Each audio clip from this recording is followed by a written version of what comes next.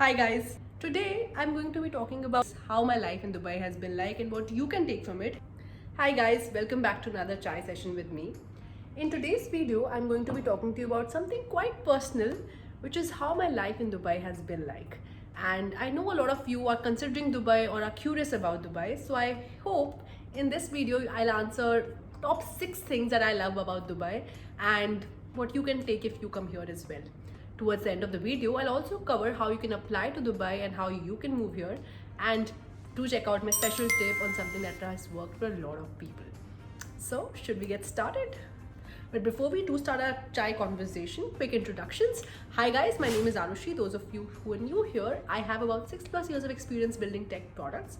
I'm working as a senior product manager here at Noon, which is one of the biggest e-commerce players in the MENA region. And in this channel, we talk about all things career, tech, and general adulting in life. So if you're someone who's looking to move countries, if you're someone who's looking to transition into a different career, well, this is the place for you. Do comment on the section below and tell me what is it that is the most burning question in your life about these things, and I would definitely like to hear you and make a video on it. If I get 100 likes on this video, I will make a video too about which are the best geographies for Indians to move out to and which geographies are hiring the most. So guys, 100 likes. Let's see if that happens. I am excited. Anyway, so coming back to this video, here I'll be covering 6 things that I loved or I've learned about Dubai. Maybe not all of them I love, but 6 things that I've learned about Dubai and how you can get a job here as well.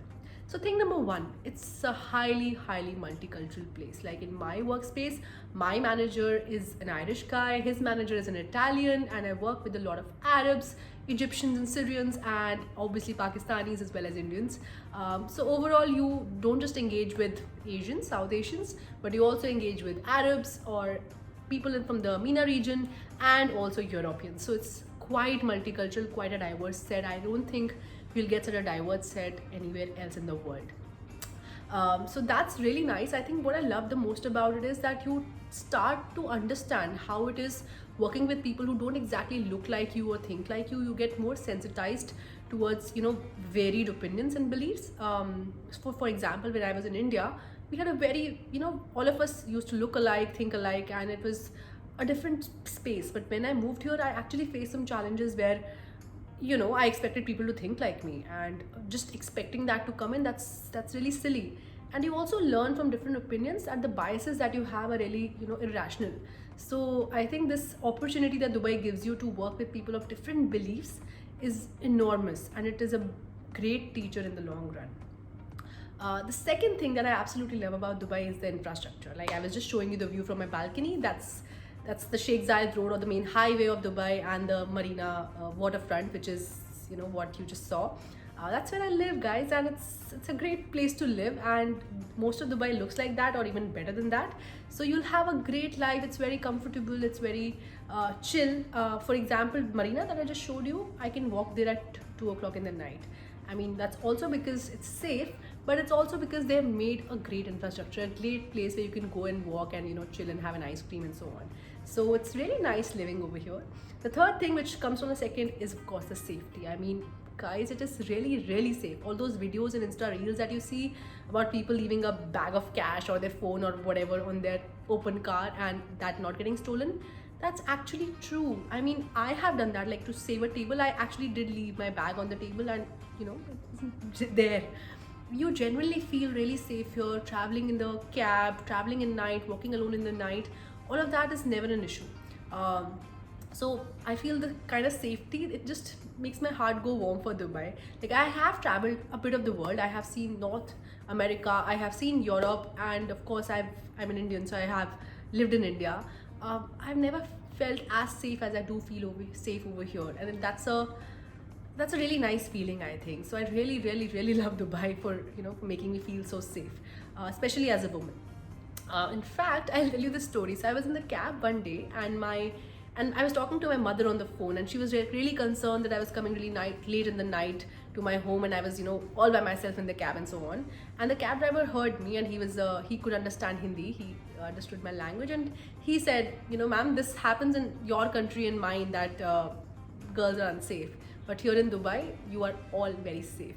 If the driver himself said it, it just made me feel all the more happy about being in a place which treats me so well. So the safety angle, absolutely love it. Point number 4, which I love, not everyone would love, but is the flashy lifestyle here. I mean, I've come to kind of like it, but it's not for everyone. So one example that I like to give to everyone is I was in Europe, I was in Paris, and I was in the metro there. Nobody was carrying any flashy, any branded bags there, even though it was Paris. However, in Dubai, you will see everyone, even in the metros, carrying a Gucci or a Dior bag. Of course, they wouldn't be originals, maybe they're fakes, but the point is that everyone is brand conscious over here, which might put off a few people.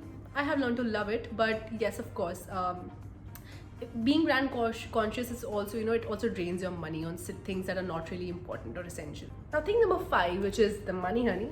Yes, in Dubai, you don't pay taxes, so obviously about 20 to 30% of your take home, you actually take it at home and you don't give it to the government, which is awesome. So, even there's an excess cost of living here, it's an expensive place. The tax thing actually, works up for it. And this is, Dubai is expensive only in comparison to India. But Dubai is not expensive in comparison to Europe or America or any other developed place. So really, if you're coming from Europe or anywhere else in the world, it's the same cost of living but with better tax, like no taxes. If you're coming from India, yes, it is a little expensive, but the taxes more than make up for it. So you basically end up making more savings. Of course, it also depends on how much you're making and so on. Like if you're getting a salary like 7,000-8,000 dirhams, maybe not so much. But otherwise, if you're anywhere above 7,000 dirham mark, I think you'll be saving much more than in India. But again, it depends on how you're living your life, where you're spending and so on. But that potential does exist. So that's the 5th and the great thing that I love about Dubai. The 6th thing, which is not the thing that I or anyone else loves about it, but it's the fact that you can never get citizenship here. So Dubai does have a golden visa now. I am a golden visa holder as well, so you can get the golden visa really easily. I mean, not easily, but that's a topic for another video. But yes, you can get a golden visa here, which is like the B1 visa that US does, which is a 10-year-long visa, and you don't necessarily have to be linked to an employer, and you can stay here even if you're unemployed and so on and so forth. But no citizenship. But the way I like to rationalize this is that the government didn't take anything from me in terms of taxes, so it doesn't really owe me anything as well. But if it is a big thing for you, you want to make sure that you're a citizen somewhere, and you don't want that that instability that comes along with not being a citizen. Well, then yeah, you should reconsider Dubai. You should really not come here. That's an uncertainty that's always in our mind. So you always have to be ready to pick up your bags and go back to your home country or go somewhere else. So that's one thing that's a little bit of a downer about Dubai, and that's one thing that I probably don't like the best about Dubai, but everything else super duper awesome. A few other things which were not a part of the 6, but I just want to call out, like miscellaneous. Your ability to travel, it's being in the center of the world, so you can easily travel to Europe, you can easily travel to Thailand and so on. Like it's all an 8-hour flight kind of a thing where you can travel to all of these places. So, and plus the flight costs are not that expensive. For example, my Europe cost, the cost for a flight to Europe will be much cheaper from Dubai in comparison to India. So again, a sweet deal. And that's why I've traveled quite a bit after coming here. Examples. But anyway, so that's another thing that I want to call out. The next thing that I love about Dubai is the culture. Especially since I come from India, it's culturally very close to India. For example, in terms of the comforts that you can get in India, in terms of maids and cooks, you can get all of that here as well. It's quite affordable to get a help. The second thing is the food. I mean, since 40% of the population here are South Asians, you get Indian Pakistani food, which is very good for our palate. Even the Arabic food is really good for our palate. Like, it tastes really well. So you get your palate, you get the kind of food, the kind of help support system that you need here. And since, like I said, 40% are Indians, you will find friends, you will find people in your network here. Like for example, I'm a part of like 5 different IAM groups here in Dubai already, and there are enough people who are here, so that's nice. Plus it's close to home, especially from India, so you can travel back quickly. I keep going every 3rd month, and it's all okay. It's really fun. So that cultural proximity to India and the geographical proximity to India just makes it like a sweet spot for me. That's another thing that I love about Dubai. Now coming to the interesting part of the video, how do you get your ass here? Well, it's simple. really two things. First thing, guys, LinkedIn, like network your ass away. Now, if you get me 200 likes on this video, I will make another one on how LinkedIn can really be used to the best. But I'll give you my example. So how did I use LinkedIn to get my job here in Dubai? Honestly, this is 100% honest. I was not looking for Dubai. I was actually not really sure if I wanted Dubai, but I wanted to move out of India, but I was applying to Singapore.